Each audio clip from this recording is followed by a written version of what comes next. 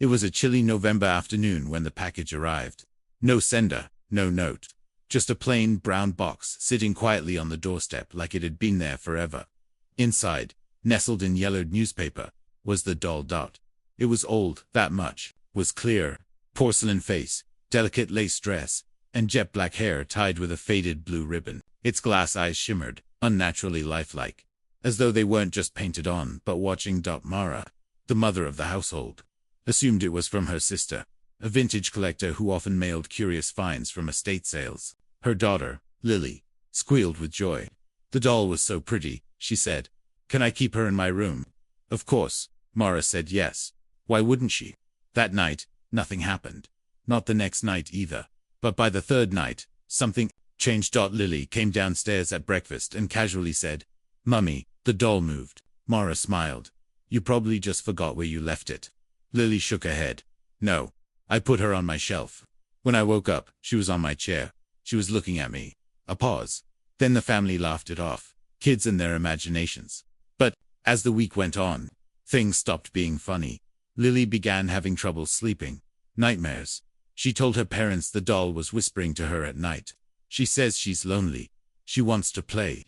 Then came the cold spots. Strange. Drafts in Lily's room, despite the windows being shut. Objects would move. Lights would flicker. Once, Mara walked into the room and saw the doll facing the window, a position she swore she didn't leave it in. The family tried to dismiss it. Until one morning, the doll was found downstairs on the couch. No one admitted to moving it. The doors had been locked. The alarm was still set, and the doll was smiling. The mind has its tricks, right? Pareidolia, peripheral illusions. We see faces in clouds, movement in shadows. That's what Mara kept telling herself when she caught the doll's eyes turning just slightly as she walked by. But Lily was growing more frightened.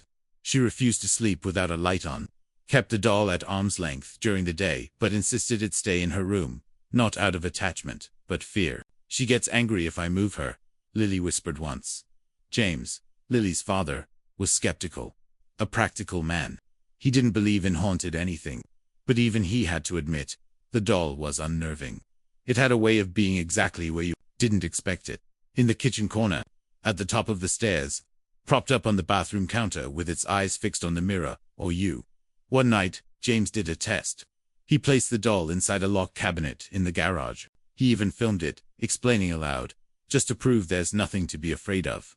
The next morning, the cabinet was open. The doll was gone, and she was waiting on Lily's bed, still smiling. James rewound the footage. The recording cut out at exactly 2:13 a.m. A sharp static hiss filled the screen. Then black. They began to wonder, was it possible the doll didn't just appear to move, but knew when it wasn't being watched? It wasn't just a toy anymore. It was watching them. Back. The nights grew heavy. There's a certain kind of silence at 3 a.m. A silence that feels alive. And in that stillness, Mara began hearing things. Whispers. Faint at first, like voices from another room. Sometimes a soft giggle. Once, unmistakably, "Come find me." At first, she assumed it was Lily talking in her sleep. But Lily was fast asleep and the doll wasn't in her bed. It was sitting in the hallway. One evening, while reading in the living room, Mara heard a delicate tapping. She followed the sound to the wall behind the fireplace. Nothing. Then again, tap, tap, tap. She turned. There, on the stairs, sat the doll, head tilted, eyes unblinking. Mara picked it up and placed it in a box, taped it shut, put it in the attic. Later, that night, she heard soft footsteps overhead. Then the box opened by itself. From that night on, they began hearing two sets of footsteps. Lily's and someone else's. Have you ever been woken by a sound you can't place? A sound that pulls you from sleep like a string. That's what James experienced at 2:47 a.m. A sharp clack against the wooden hallway floor. Footsteps. He peeked out the bedroom door. No one there. He moved toward Lily's room. Her door was ajar. Inside, Lily was wide awake, curled under her blankets. She came in. She whispered. "Who?" Lily pointed. "The girl in the doll." That's when they started recording things. A camera in Lily's room. A voice recorder in the hallway. Playback revealed the terrifying truth. Soft whispers in languages they couldn't recognize. Strange, guttural murmurs. And on the fifth night, the unmistakable sound of tiny, shuffling steps followed by a soft giggle.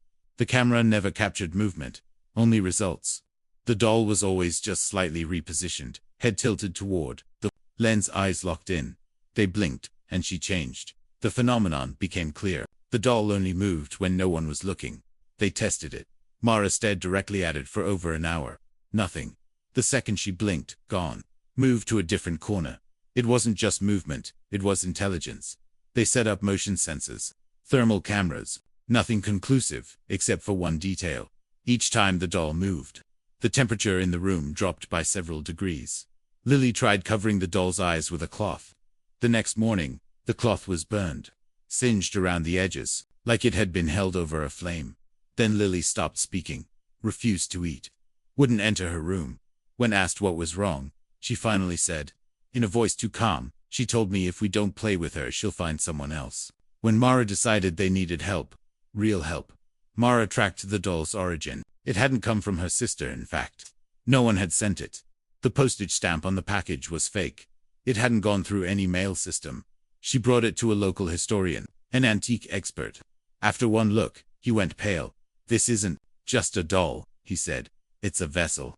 He told them of a tragic story from the 1920s. A young girl named Lisa, who had died under mysterious circumstances. Her favorite doll was buried with her.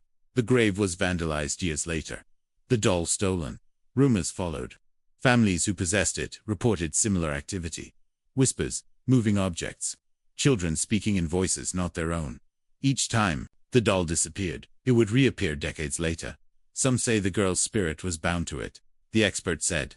Others say something far older latched onto her grief. The family realized what they had wasn't just haunted, it was cursed and it escalated. The doll was no longer the only thing they saw. Dark figures, shadows flitting through hallways, doors slamming shut, objects flying off shelves. Once, Mara saw a tall, thin shape in the mirror, just for a split second, standing behind her. When she turned, it was gone. Lily began drawing again. Her sketches showed a doll and a girl with hollow eyes, but behind them, a shadow with no face, always watching. The air in the house grew thick, heavy with unseen weight. The dog barked at corners. Lights flickered constantly. Guests refused to stay. Something had come through, and it wanted more than just a child's attention. It wanted fear, and it was feeding. The family tried to destroy it. They burned the doll in the fireplace, watched it catch flame, and yet, the next morning, there it was. Not charred, not even warm, sitting upright on Lily's dresser. They threw it in a river. It returned, buried it deep in the forest. It reappeared in the hallway closet. At one point, James attempted to mail it to a paranormal investigator across the country. 3 days later, it came back in their mailbox. By now, friends and neighbors had experienced the unease. A friend who slept over woke up with scratches down her back. A neighbor who babysat once swore she heard footsteps in the attic, even though no one was up there. Denial turned to desperation, and desperation turned to ritual. They brought in a medium, an older woman, calm, experienced. She held the doll gently and immediately winced. "There's something bound here," she whispered. Not the girl, something using the girl's memory. The session began with candles, incantations, salt circles. The house trembled. Glass shattered. Lights exploded. Lily screamed. The doll levitated just a few inches, then dropped with a hard thud. And then silence. The medium gasped, eyes wide. "It's not gone," she whispered. "It's only hiding." She gave them one instruction. Bury it. Not in earth, in salt, in stone. Somewhere it cannot be dug up. And do not mark the location. They did exactly that. Drove hundreds of miles. Found a remote, rocky canyon. Buried it deep. Wrapped in chains. Sealed in stone. The house returned to quiet. No more whispers. No more footsteps. Lily laughed again. Slept peacefully. Life returned. But the fear never quite left. Years later, Mara received an email. No sender. Just a photo of the doll, sitting on a different bed, in a different house, still smiling. We end our story with a warning. If you ever receive an unmarked package on your doorstep and inside is a doll with cold glass, iced and blink,